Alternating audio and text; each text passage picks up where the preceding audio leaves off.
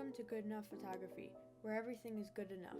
Today I will be showing you how to make an image look like an oil painting without using AI and only using editing software.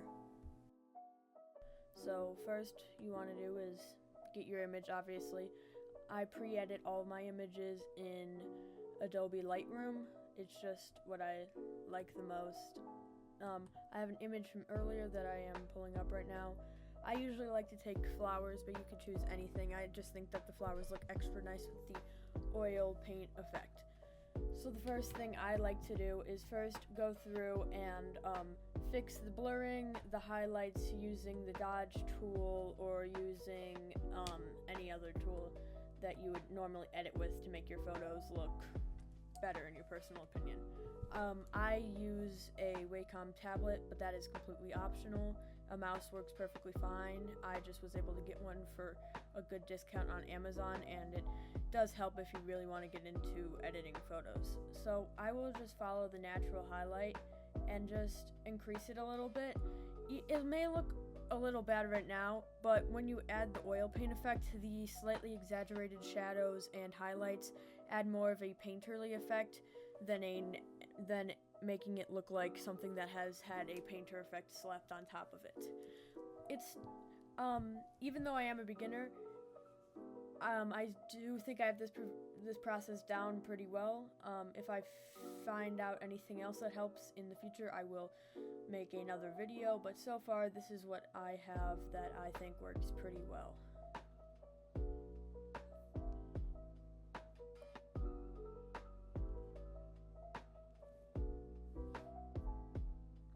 Since we're putting the filter, it doesn't have to be perfect if you go outside the lines or it looks a little too over-exaggerating, just enough to make it look a little better and to add highlights. Usually when I put it into Lightroom, I do edit it slightly differently than my normal photos because I make the shadows darker, the lights lighter, just for a little more of a painterly aesthetic. That's one of the reasons I like flowers, is because they already have a slightly painted look to them. I like to add highlights to the flowers in the back, even though you can't really see it. I don't know, it doesn't do much, but I just like to do it. And then I'll go and I'll grab the blur, and you don't have to do this. I just like adding a little bit more blur in the background.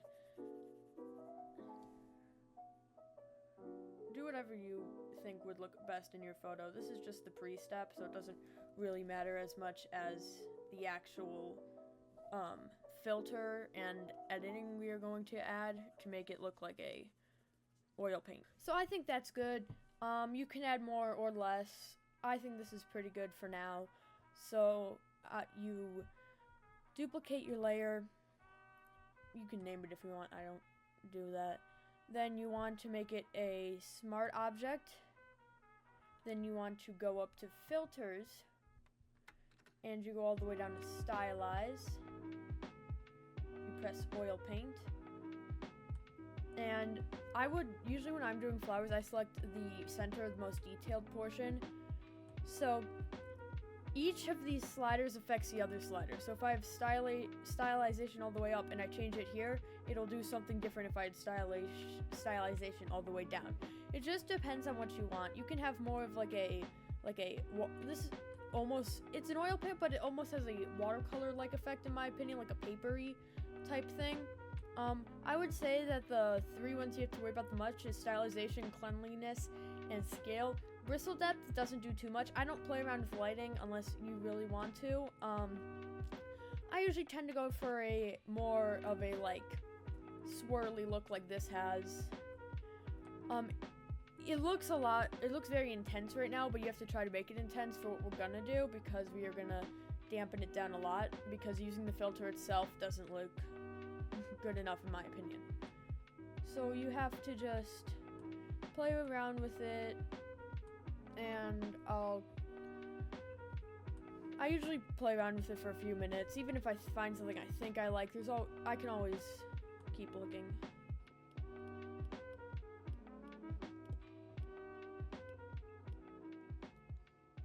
So once you're happy with it, I like this. You can press OK. Since it is a smart object, you can always go back and edit the filter itself, which is nice if you want to change it. Because sometimes when I'm done with the whole photo process, I do change what it looks. I do want to change the intensity. So then you want to make it into a layer mask, but you want to invert it so then you can't see. Go into normal brush, just a completely normal brush. I usually start with a size 25 brush, but you can choose whatever you want. And you want to have a low opacity, so I usually also do it 25. I usually just start with 25 and 25. So then you want to zoom in and start going around the most detailed parts.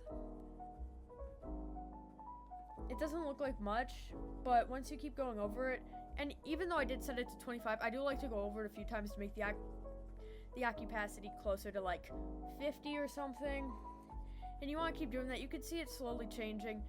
And so I will go around this whole flower with 25. And I usually do a circular motion. You can do whatever motion you want. It's just that's how I make sure I cover the whole petal. You don't have to do individual petals. You could do a huge brush and do the whole flower. But I like to go individual petals because to me I think it gives a better effect, but it's not that noticeable.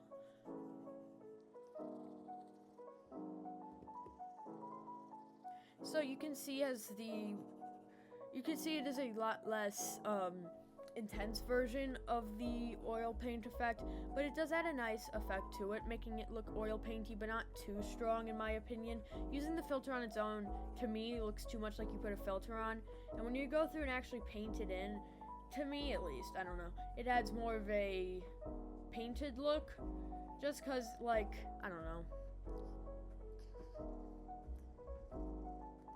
And you can change the opacity you play around with to start with. I like to do the most in focus option in the highest opacity,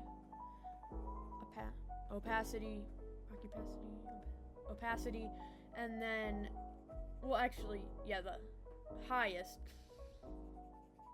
So like 25, stuff like that. So I'll go around the first one with 25. Just getting the entire flower. You can always, and then sometimes I'll go in with a big brush at the end and do a whole pass over it again if it's not intense enough, but so far this looks intense enough for my liking. Do whatever intensity you like.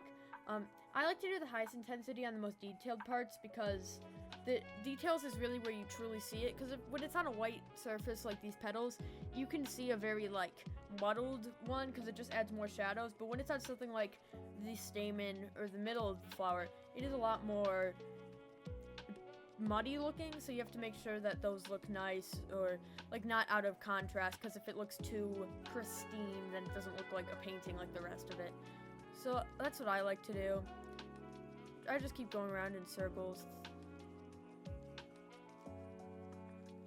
So on these first two, maybe even the third flower, I'm gonna keep with the 25 brush. Just keep doing circles. I am gonna leave these bottom petals out because they are slightly more out of focus, so I will use a lower opacity on those. So you just keep going around. But as you can see, it already has an oil painted look to it. You see we have another stamen bunch here, but it's a lower focus. It's more of a back option, so I think I'm actually going to switch, even for this back flower, to a nice 20 opacity. Then I'll just go to the back, start doing this one. You can barely notice a difference, but I do notice a slight difference, and so that's why I do it, because I just think it looks a little better to have a little bit of depth when you paint this filter on. I don't know. No one may notice it, but I think it looks nice.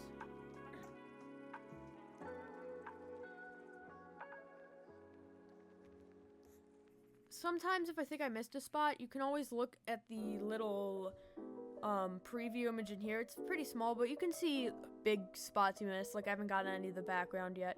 So I do notice if there's like a big black spot, I will go over that to try to get rid of it. You can't really notice it on the photo itself, but I think it's just nice to make sure that everything is covered in the filter.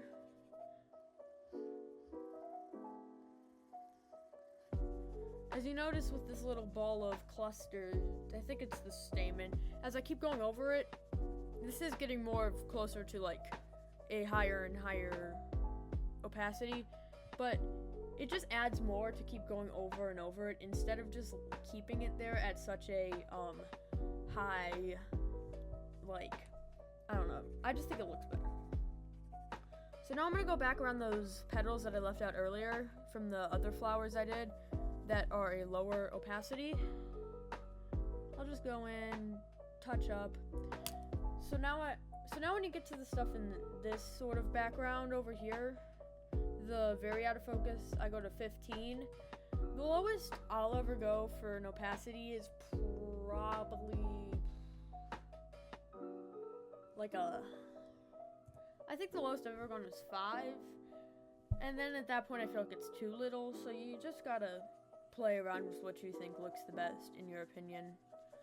I'll just go around this flower. Since it's smaller and less focused, it's not as like detailed to like do each petal. You could just circle around the whole thing a little bit and it gets the job done.